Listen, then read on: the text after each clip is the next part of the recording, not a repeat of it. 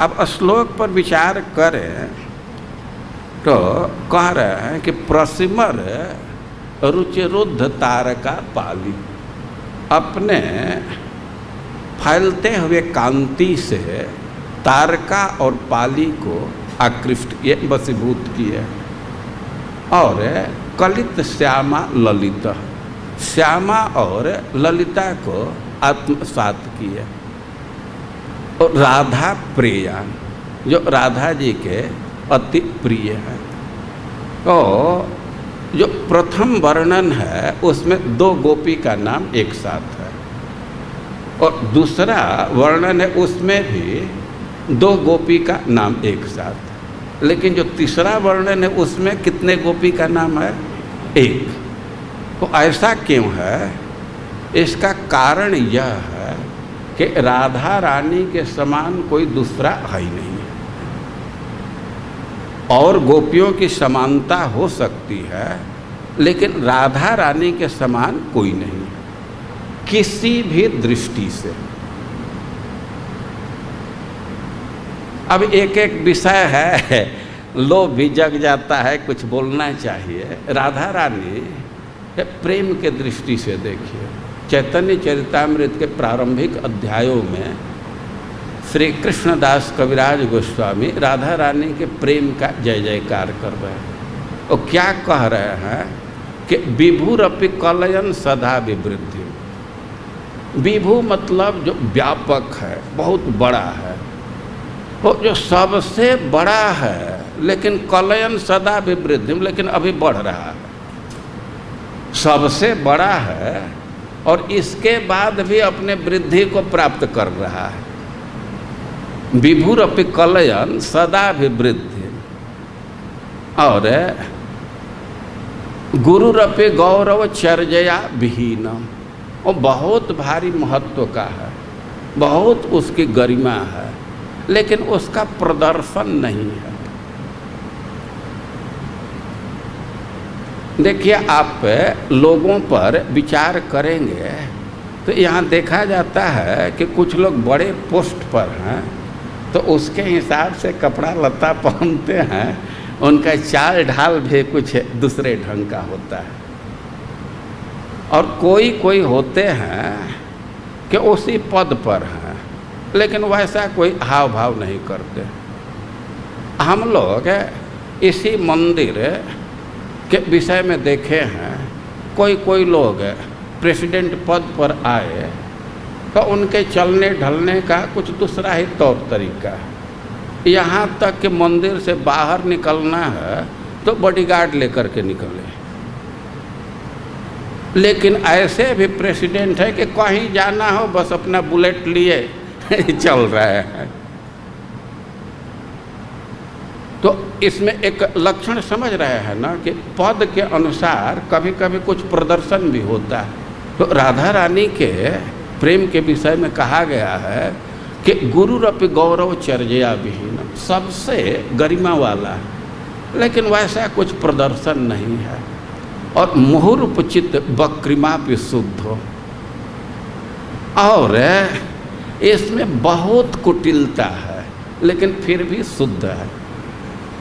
अरे शुद्धता का लक्षण तो सरलता है। जो बहुत कुटिल व्यक्ति हो उसको शुद्ध नहीं माना जाएगा। लेकिन राधा रानी के प्रेम के विषय में कह रहे हैं कि मुहुरुपचित वक्रिमा, यहाँ कुटिलता तो पद पद पर है।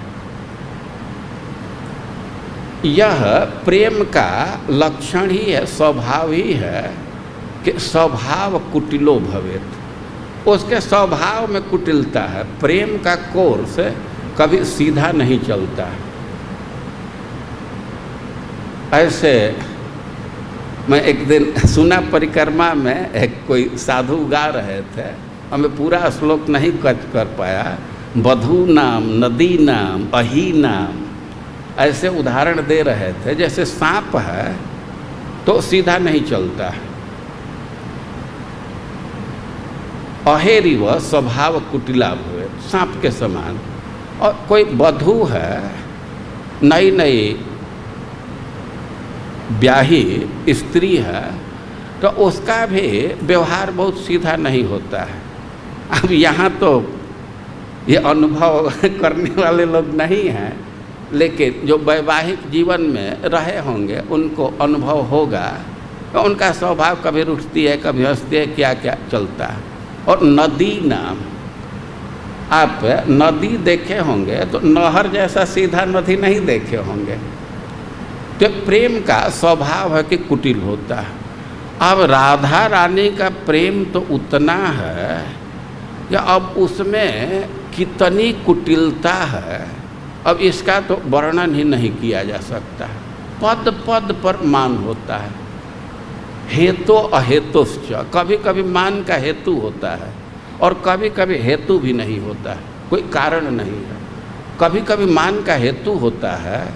हेतु का अर्थ है कि जब राधा रानी देखती है कि कृष्ण का माला मर्दित है, इस पर कुमकुम लगा है, तो अनुमान करते हैं कि किसी दूसरे गोपी का आलिंगन किए, तो रूठ जाती हैं। तो ये तो एक हेतु हुआ। कभी कभी एकदम हेतु नहीं है। प्रिया प्रियतम ऐसे निकुंज में बैठे हैं भगवान का, तो श्री विग्रह इतना उज्ज्वल है कि किसी भी व्यक्ति का प्रतिबिंब फलित हो जाता है। वो राधा रानी साथ में बैठी हैं और उनका ही प्रतिबिंब कृष्ण के हृदय पर, छाती पर फलित होता है। अब इसको देख करके अरे ये कपटी कहता है कि हम प्रेम करते हैं, एकदम अपने छाती में बैठाया है किसी स्त्री को। वो तो राधा रानी का ही प्रतिबिंब है, लेकिन ये एकदम छाती पर बैठाया है। इतना मान कर जाते हैं, कृष्ण मनाना चाहते हैं लेकिन एक बात नहीं सुनते, बल्कि झटक देते हैं, माला तक टूट जाता है। ये बक्रिमा है, इसको बक्रिमा कहते हैं। मुहुरूपचित बक्रिमा पे शुद्ध हो। ये बार बार ऐसा कुटिल व्यवहार है, लेकिन सबसे शुद्ध है। जयत मुरद्दसी श्री राधिका अनुराग। कृष्णदास कविराज गोस्वामी श्लोक उद्धृत कर रहे हैं कि ऐसे राधा रानी के प्रेम का जो मुरद्दसी, मुर दैत्य का वध करने वाले कृष्ण में जो प्रेम है राधा रानी के, उसके जय जयकार हो। तो हम ये कह रहे हैं कि प्रेम के दृष्टि से राधा रानी के तुलना कोई नहीं कर सकता। राधा रानी का क्या पोजीशन है आप एक घटना से समझ सकते हैं। सारी गोपियाँ प्रेम करती हैं, और भगवान जब रास लीला कर रहे थे तो हजारों हजारों करोड़ों करोड़ों गोपियाँ थी, लेकिन एक राधा रानी के लिए सबका त्याग कर दिया। तो अब समझ सकते हैं ना कि राधा रानी का क्या स्थान है। और प्रेम के दृष्टि से नहीं, सौंदर्य इत्यादि के भी दृष्टि से, सुकुमारता इत्यादि के दृष्टि से। सुकुमारता के विषय में वर्णन किया गया है कि डिठी हूँ कि भार जाने, देखा तन डिठी भरी। श्री कृष्ण राधा रानी के तरफ देखते हैं तो उनको भय होता है कि हमारे कहीं दृष्टि का भार वो सह पाएंगे कि नहीं।